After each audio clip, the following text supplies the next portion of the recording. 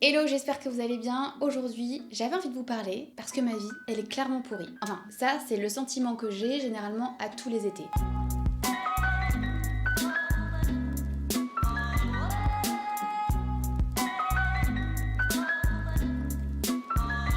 C'est simple, quand tu te connectes sur ton téléphone, tu vois les stories de toutes les personnes qui partent en vacances dans les plus beaux endroits du monde.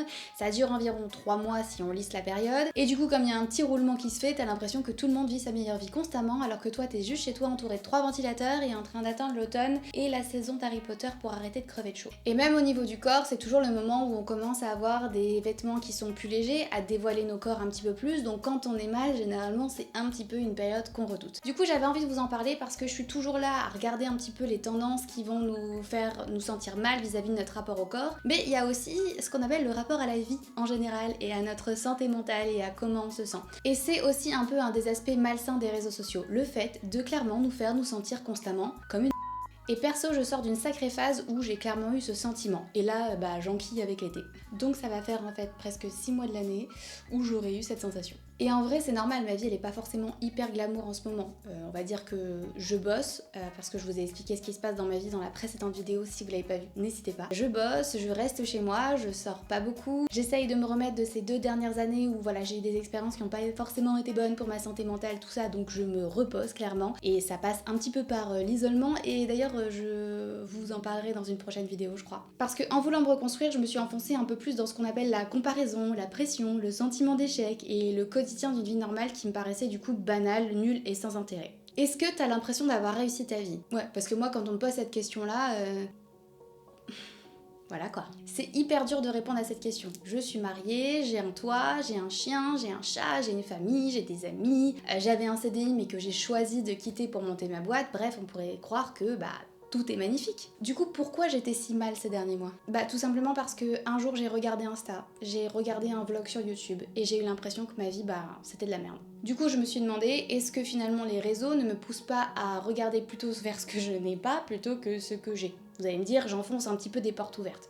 Mais c'est encore pire parce que j'ai failli complètement changer ma personnalité et me convaincre que j'aimais un domaine sous prétexte que ça fonctionnait sur les réseaux et que ça avait l'air cool. Pigeonne. À quel moment je me suis oubliée moi, ma personnalité, ce qui me fait du bien et ce qui me rend heureuse, alors que je pensais qu'avec ce projet, notamment Bonjour mon corps, je faisais partie des personnes qui restaient vigilantes vis-à-vis du côté malsain des réseaux sociaux. Alors oui, donc je me protégeais sur mon rapport au corps, mais je ne protégeais pas par rapport à mon rapport à la vie et à ma santé mentale. Aujourd'hui, être heureux, ou du moins le paraître, c'est tellement exigeant et c'est un rythme effrénant. Je dis paraître parce que j'ai l'impression qu'aujourd'hui, surtout sur les réseaux, on laisse beaucoup de place à la vulnérabilité, à la résilience, à condition qu'elle soit surmontée. On laisse également énormément de place à la tristesse, mais seulement si elle est filmée et elle est documentée sur TikTok. Mais la vraie souffrance, la vraie solitude, la véritable anxiété, elle pourrait pas se traduire en vidéo en fait. En TikTok ou en post Insta, peu importe. Elle se ressent et elle se fait souvent en silence. Je vois passer beaucoup de vidéos TikTok sur le fait que les millennials se sont un peu perdus dans leur vie pro, dans leur vie perso en fait, dans leur vie en général. Ils sont constamment en quête de sens et c'est pas facile.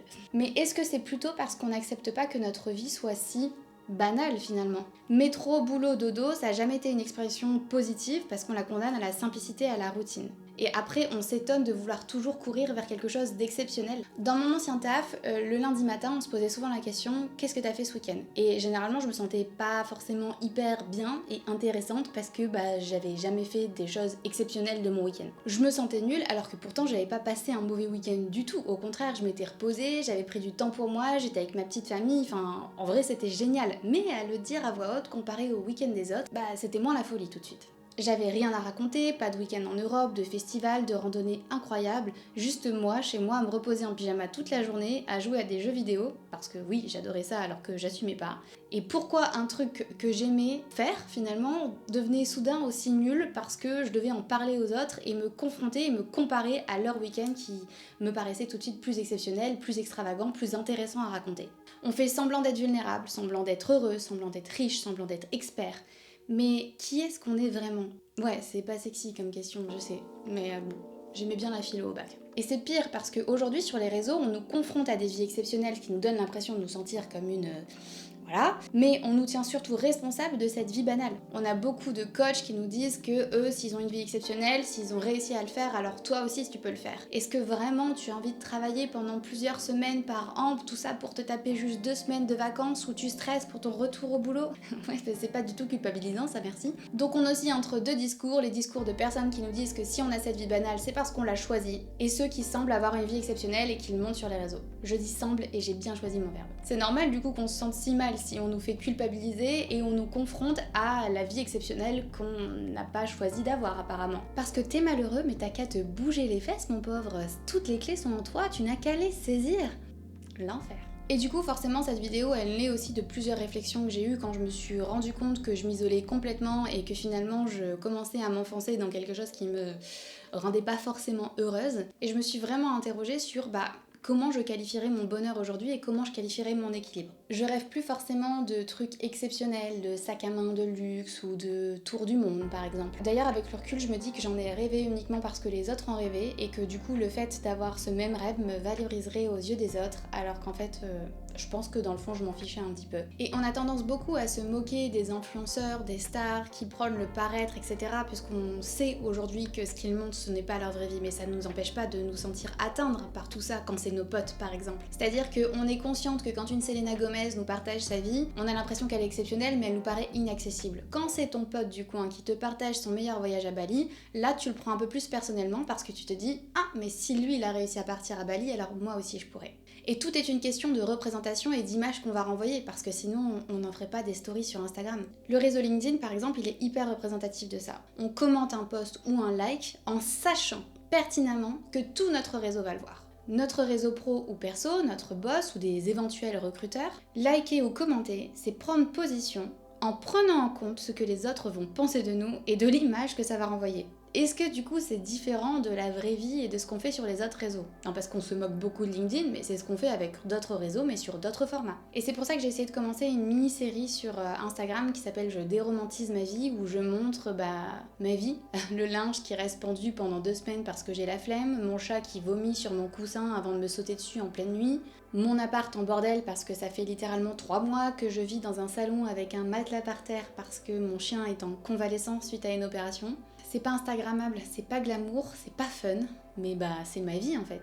Parce qu'il y a aussi des vidéos qui sont un petit peu en mode ASMR, hyper esthétique, où on montre le quotidien. D'ailleurs, les Japonais sont hyper forts pour ça, c'est hyper satisfaisant. On les voit nettoyer, on les voit ranger leur appartement, mais tout est quand même calculé. Il y a une esthétique qui est bien particulière qui rend ça satisfaisant. Ce qui fait que en le voyant, moi personnellement, ce que ça me donnait envie, c'est d'acheter tous les gadgets qu'elles avaient pour faire la même chose chez moi. Et donc même sur un contenu qui était censé montrer le quotidien et m'apaiser, ça me frustrait parce que moi, mon quotidien, il n'était pas aussi beau que ça.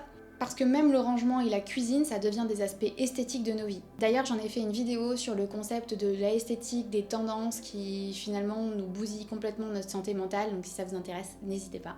Aujourd'hui, du coup, j'essaye de prendre l'engagement avec moi-même de ne plus faire des choses pour faire plaisir aux autres ou pour paraître aux yeux des autres. Et du coup, c'est hyper dur parce que ça nous amène des fois à dire non, à se faire passer en priorité ou à faire les choses complètement différemment. Et ça, bizarrement, quand on n'a pas eu l'habitude de le faire, ça dérange ou c'est un petit peu mal reçu. Mais est-ce que c'est pas ça d'apprendre à se respecter? Et du coup, si j'avais envie de faire cette vidéo, c'est aussi pour vous rappeler que votre été, il est pas pourri en fait. C'est votre été. Vous avez le droit de ne pas aimer l'été d'ailleurs, parce que moi je n'aime pas l'été. Clairement, c'est une période que je subis entre guillemets. Je suis pas quelqu'un qui aime la chaleur. D'ailleurs, c'est pas pour rien que je pars en vacances dans quelques jours dans un pays où les températures oscillent entre 12 et 20 degrés maximum, grand maximum, et ça me rend joie, vous n'imaginez même pas à quel point. Mais cette partie de mon été, ça sera seulement 10 jours de mon été. Le reste du temps, je suis comme vous, chez moi, entre 3 ventilateurs, en train d'essayer de trouver de la fraîcheur et de me liquéfier littéralement parce qu'il fait trop chaud et que j'ai trop hâte de retourner sous un plaid pendant l'automne. Ce que je veux dire, c'est qu'on a l'impression d'être en constante confrontation avec l'été des autres, d'être en constante comparaison avec la façon dont ils vont le réussir.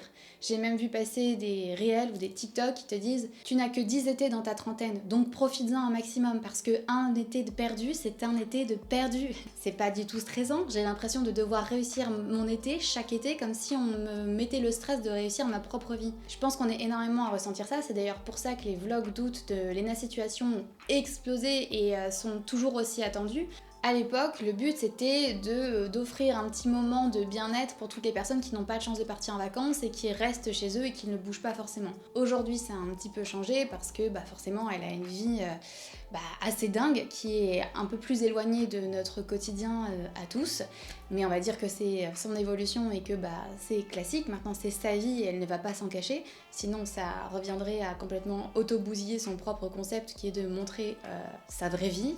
Mais tout ça pour dire que si ça a autant marché, c'est qu'on est beaucoup à avoir ce sentiment et à ressentir une certaine forme de pression qui n'est pas trop évoquée pendant l'été, de savoir si est-ce que tu as réussi ton été autant que tu as réussi ta propre vie. Voilà, j'espère que cette vidéo vous a plu. Si c'est le cas, n'hésitez pas à liker, à commenter, à vous abonner parce que vraiment, je vous le dis à chaque fois, mais c'est Disney dans ma tête quand vous le faites. Vous n'imaginez même pas à quel point. D'ailleurs, dites-moi aussi en commentaire comment vous vivez votre été. Est-ce que vous aussi, des fois, quand vous partez pas en vacances, vous avez l'impression de vous sentir voilà quoi. En tout cas, c'était un format de vidéo un petit peu différent puisque j'avais aussi envie de vous partager certaines réflexions que j'ai ces derniers temps au niveau de la santé mentale, tout ça, du rapport à la vie. Mais encore une fois, de toute façon, l'été, c'est aussi une période où je sais qu'on se questionne beaucoup sur le rapport au corps. D'ailleurs, j'en avais fait un épisode dédié sur mon podcast où je vous donne plus de conseils pour vous sentir mieux dans votre corps.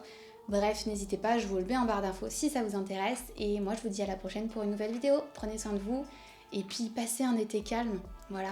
Prenez soin de vous, c'est le plus important. D'ailleurs, petite parenthèse, et après je vous laisse, j'ai une abonnée sur Instagram qui m'a raconté que apparemment l'été c'était un moment où on devait juste se recentrer sur soi, se reposer, prendre soin de soi. Moi je l'ai toujours vu comme un moment où je devais faire plein de choses, faire plein de week-ends, voir plein de copains, et que si je disais non à une soirée ou un week-end, j'étais nulle. C'est une vision de l'été qu'elle m'a partagée, que je trouvais un petit peu reposante et apaisante. Je vous la partage aussi.